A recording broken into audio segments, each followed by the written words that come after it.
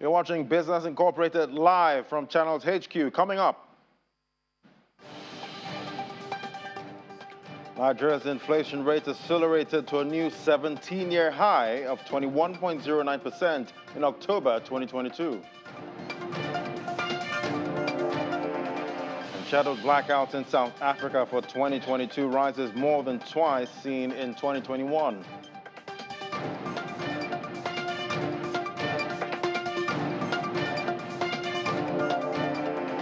And Fitch Solutions raised its projections for Egypt's real GDP growth to 6.62% for 2022.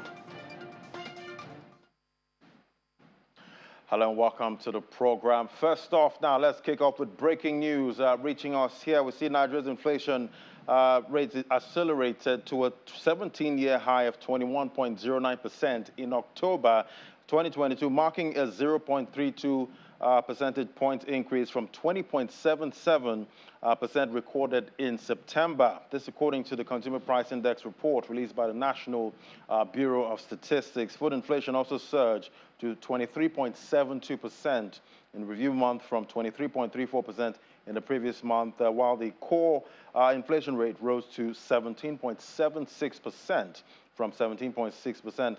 According to the NBS, the rise in food inflation rate was caused by increases in price of bread, cereals, food products, potatoes, yams, and other tubers, and oil and fat. Well, we'll drill down on other drivers tomorrow on Business Morning for this inflation numbers. But now let's head to the markets now. We see markets in Africa are mostly negative. You can see behind me just the NGX there holding up 0.07% marginal gain there for the Nigeria's local bourse there. South Africa, 73,000 points, down 0.04%, marginal decline there. Let's move over to other parts we track in Africa. Egypt there, up down 0.75%, while Kenya closed yesterday's session again negative. Let's move on to the Middle East now. It's all red in the Middle East. If you see behind me there, that's the color across board. 10,527 points in the UAE for Abu Dhabi. Dubai index down 0.90%. We're seeing the sharing the same percentage points decline at intraday. Let's move over to other parts there. Saudi Arabia index there down 0.59%, and the biggest downer at intraday, Qatar index down 1.42%. Big move downward there for the Qatar index. Still negative sentiment as we saw. Be interesting to see how the market actually closes today. Let's move on to Europe, where Germany, often among those that are likely to lecture others how to prevent emitting more greenhouse gas. But looking at its own efforts, the country is losing ground. That's according to a most recent review of a number of countries' climate protection measures. The Climate Change Performance Index, published halfway through the COP27 UN Climate Summit in Egypt, shows Germany losing 3 positions. Let's hear more now from Chris Koba right there in Berlin. Great to have you, Chris. So what's the reason for Germany slipping in the ranking? Well, there are issues that lie in the present and in the past. Let's look at the latter first. Weaker climate policies enacted in previous years are now taking their toll. Researchers are pointing out that the expansion of the wind energy sector in particular had slumped massively under the government of former Chancellor Angela Merkel. And remember, she was in office for 16 years. And to this day, resistance against wind turbines in Bavaria and the south of the country, which traditionally has a strong conservative government, is particularly large. Notably, though, it is this part of the country with its large industrial base that is in need of a lot of power. Also, the failure to meet the country's climate targets is evident in the transport and building sectors, where political leaders have failed to push for stronger emission standards in the past. And then there is today's response, the government's response to the energy crisis sparked by the Ukraine war, which researchers are criticizing in particular, like the fixation on the outsized expansion of liquefied natural gas imports and the ramping up of coal-fired power plants under Chancellor Olaf Scholz's government, turning to countries like Senegal or Colombia to make them look for new gas reserves or push for increased coal mining prevented a better assessment of Germany's climate protection policies. On a positive note, Germany's declining per capita emissions between 2017 and 2021 were rated positively, making Germany come in position 16, 3 spots down from last year's ranking. The global energy crisis sparked by the Kremlin's war in Ukraine clearly shows how dependent the world still is on fossil fuels. The Climate Change Performance Index's authors write. The report is published by environmental NGOs German Watch and the New Climate Institute together with the Global Climate Action Network, and it assesses the climate protection measures of 60 countries and the European Union, who are responsible for more than 90% of the world's greenhouse gas emissions. Well, we know Germany there struggling with those gas supplies. But leading the pack once again is Denmark. What's the Scandinavian country doing particularly right? Indeed, Denmark is the only country to have a high national and very high international climate policy, according to the index. For example, it has pledged to provide money for loss and damage suffered in developing countries due to the effects of climate change. But it still has some catching up to do in terms of energy efficiency, the report shows. Furthermore, countries such as Chile, Morocco, and India, ranked in 6th to 8th place, also posted good results in this year's report, closing in on leaders Denmark and Sweden. Denmark may serve as a good example when it comes to climate-saving efforts, but the country only made it to position number 4 of the index, because, as in previous years, the first 3 places remain empty. No single country is doing enough to meet the Paris climate protection targets agreed in 2015 to limit global warming to 1.5 degrees Celsius compared to pre-industrial times. At the bottom rank oil heavyweights Saudi Arabia and Iran, but China, the United States, Canada, and Russia also belong to the group of nations showing, quote, very little dedication towards climate protection, the report's authors say. China, in particular, has suffered the biggest demotion in the latest index, falling 13 places to position number 51. Although the country continues to invest heavily in renewable energies, it scores very poorly because of its rising carbon emissions. Right, we'll keep tracking those positions, but tell us how the markets are faring today. Not too bad, actually, despite Wall Street providing a more pessimistic lead, but investors are focused on signs of slowing inflation and China's moves to shore up its economy. Germany's DAX is advancing about 0.5% in the early parts of today's trading session. A largely positive meeting between U.S. President Biden and Chinese counterpart Xi indicated an easing of tensions between the powers and added to the upbeat mood on trading floors. Still, there remains a lot of trepidation that central bank interest rate hikes aimed at taming inflation will eventually send economies into a recession. And since Thursday's forecast beating consumer price data, Federal Reserve officials in the United States have warned there were more increases in the pipeline, though they are not expected to be as big as the previous 4 rises of 75 basis points each. Thank you so much. That was Chris Kober there from Berlin, getting all the details from you. Thank you so much. All right, now let's move on now. The Kenya Bureau of Standards has announced it will not admit in the country second-hand vehicles whose first year of registration is 2015 or before, effective from January 2023. Well, join us now is Mercy Milanoy, business analyst from Kenya. Hello, Mercy. Great to have you. Hello, Mercy. Mercy, if you can hear me, maybe you can unmute yourself. Yeah. Great to yes, have you. I can hear you. Yeah, great to have you, Mercy. So just seeing this breaking news now, why is the Bureau actually taking this stand? Well, first things first, Ladi, this has been quite a conversation, even from the previous regime that just left. And this is mainly to trying to push local car manufacturers. Of course, currently we have several brands that have set up shop in Kenya. We have VW, and of course we have Mobius that have been manufacturing the Kenyan car Mobius 2 and 3 for quite a few years now. But also now it's just to put in standards in place. And of course, if you look at Kenya, is very big on energy emissions, and also just trying to be energy friendly and keep its commitment to being energy friendly. So that's why also they're looking at more of cars that are not older. And of course, the move is simply to protect the manufacturing sector, especially car manufacturers. Well, they're very quite interesting numbers. If you look at in a month from the authority, we import about 12,000 units a month. And of course, most of the cars in Kenya come from Japan, UAE, UK, Singapore, and South Africa.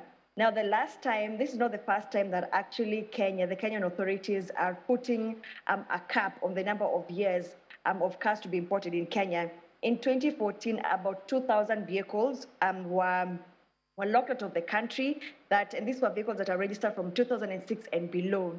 So as you can see that the number of years has been reducing. And in fact, the target is to import cars only that are 5 years. There has to be just a 5 years gap. And of course, if you look at the years, the gap is reducing small by the minute. In 2014, they targeted cars that have been registered 2006 and below. And right now, they are targeting cars that were registered 2014, that were manufactured 2015 and below. And it's simply now because now we have more car assemblies in Kenya. We now have several. And of course, this is in a bid to first protect the Kenyan manufacturers. And of course, even now, to have more cars manufactured in Kenya stream into the Kenyan market. Yeah, that's a good one, having those assembly plants, are growing in Kenya. But how are importers and buyers reacting to this announcement? Of course, it hasn't been taken quite lightly, keeping in mind that, there are some people who had already made orders for the cars. There are buyers, in fact, even Kenyan buyers who had already made their orders. And of course, now the question is, if you have a car that was manufactured 2015 and below, and it's a two-way street. One, either cars that have already been imported will be quite expensive. In fact, we have seen the likes of Beat, Mazda. They have been quite expensive. The price has been going up because now the ones who imported the cars that were manufactured from 2015 and below, the only cars, you can only buy that car if it's local in Kenya. You cannot import it again. And of course, it's now with car importers, it's simply now trying to navigate and see how do you change the stock of cars that you had. So the beauty is the cars that are already in the country, they're retailing quite highly. The likes of a Toyota Vitz now is almost more than $1 million Kenyan shillings, a car that we would have bought for less than $1 million shillings, in fact, about 500,000 Kenyan shillings. And now it's over 1 million shillings. And of course, like something interesting is that most of these cars that were registered, that were manufactured in 2015 and below, is that most of them are being used as taxis in Kenya, as cabs. So we have the likes of Uber, we have the likes of Little Cab, we have the likes of Bolt who are stationed in Kenya. And most of these drivers operating these digital taxi hailing cabs use these particular cars. So now the cars have been very expensive for them, and of course they're the ones who have been really driving the demand. But as of now, if you want a car that was manufactured around 2015, it will be quite expensive, and the price have really gone up. So for now, for the local importers, it's simply to look at now revamping their stock. And of course, most of them, it's a 50-50 reaction. Most of them now, they'll sell cars a bit of expensive, the ones that were from 2015, because they were affordable, and it's cars most Kenyans were driving. Right. But as of now, they're just trying to see how to navigate through, and of course, keep in line with the new regulations and ensure that they bring cars they don't incur losses by bringing cars that have been ruled out by the authority. And expected that will definitely impact prices. Thank you so much. That was Mercy Millinois, business analyst, joining us. Thank you so much for joining us. Thank you. All right, we'll take a break now. When we come back, Commodities Market Update is next. Do stay with us.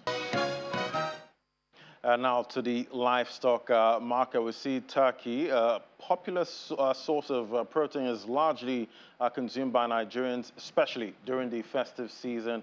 According to the FAO, turkey is consumed by 45% of the Nigerian population which translates to about 97 million. Let's talk to Daniela Umubodede, a research analyst at Financial Derivatives Company, joining us via Zoom. Great to have you in the program. Thank you for having me. So we've seen the price of frozen turkey there was about 26,000 naira in 2021, now up by 50% at 39,000. So it looks like the price of turkey has increased more than the level of food inflation. Yes. So the main increase for this price in turkey is an increase in demand.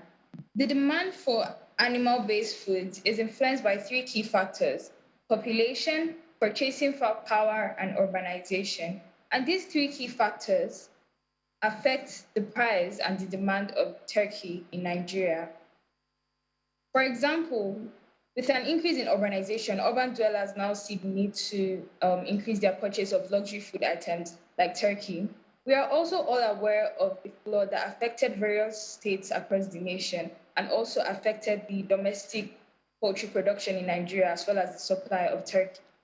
Globally, the prices of turkey have also increased due to bird flu and inflation across different countries. Nigeria imports a lot of turkey, and it is very normal. It is just normal for the high prices to translate onto Nigerian consumers of turkey, especially as our domestic supply of turkey is constrained and Christmas period is approaching. And obviously, we'll see some price action there. But a report by the FAO also shows that protein consumption is going to increase by 266% between 2012 and 2050.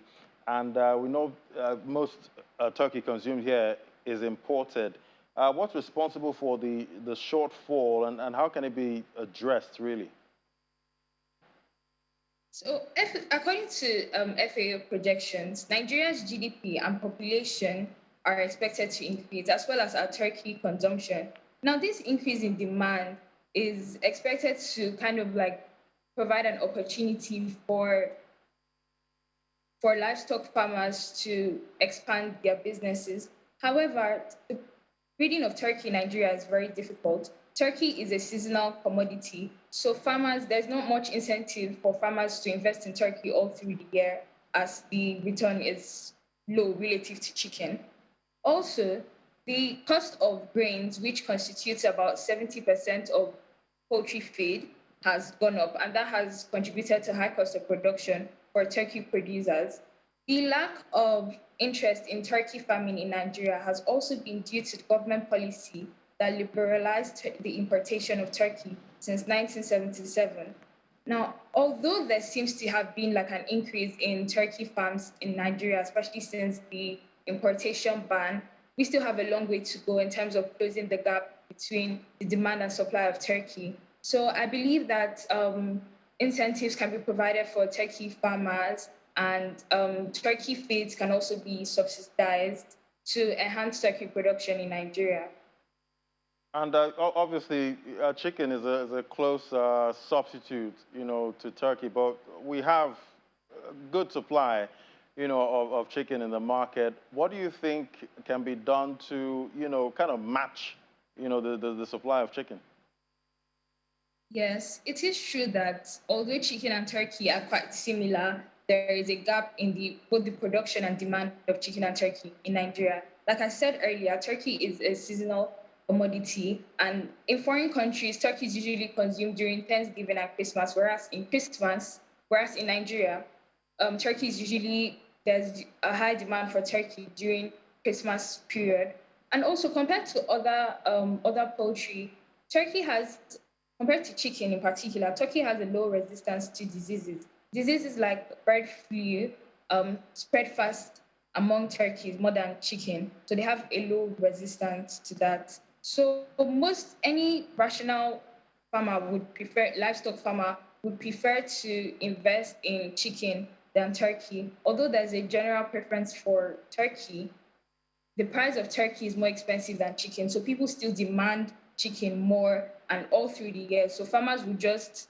prefer to invest in that when they know they have a constant market and demand for that throughout the year.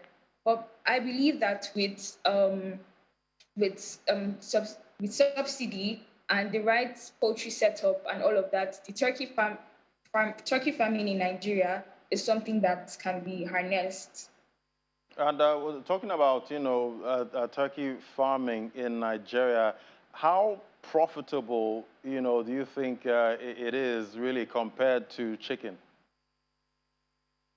Well, turkey currently is more expensive than chicken, but in the long run, returns might not be as much, would not be as high as that of chicken. Although there is a market, aside the turkey meat, there's also a market for turkey eggs and their feathers and their droppings, which are used for fertilizers and all of that. But in the long run, especially since it's not a commodity that's demanded all through the year, it's not going to be as high as that of chicken. Right, I can imagine how big, turkey eggs are. But thank you so much.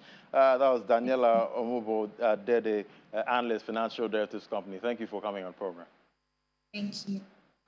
All right, now moving on to other stories. Now, we see South Africa experienced an unprecedented number of scheduled blackouts in 2021, but that record has been broken twice over in the first 9 months of this year, according to a report by the Council for Scientific and Industrial Research. Depending mainly on coal-burning power stations, state-owned power utility Eskom implemented power cuts of 5,761 gigawatts hours through September versus 2,521 gigawatt hours last year, which was a record at the time. The report, which zoomed into power cuts between 1st of January 2022 to the 30th of June 2022, also looked into load shedding and energy availability factor data up until the 30th of September 2022.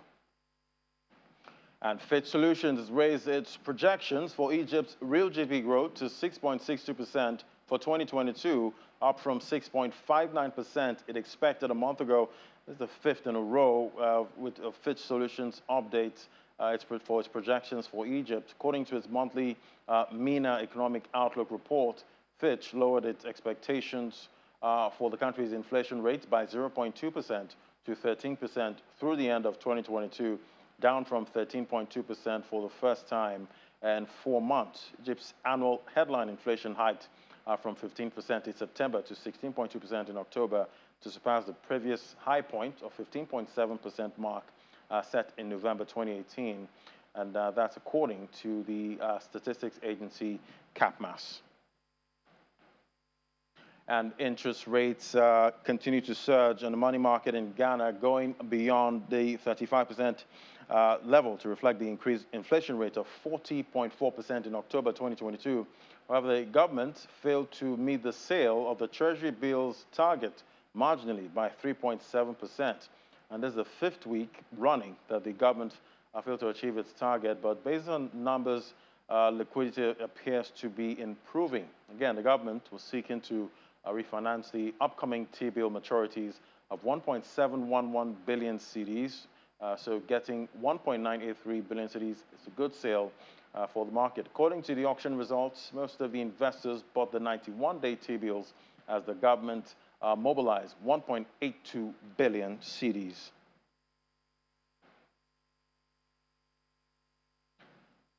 And that's Business Incorporated today. Thank you so much for watching. Do remember you can watch this again on our YouTube channel. Just flip over to YouTube, search for Channels Television. You can flip over to the videos and see all our other productions. Thank you for watching. I'm Ladi Williams. Bye for now.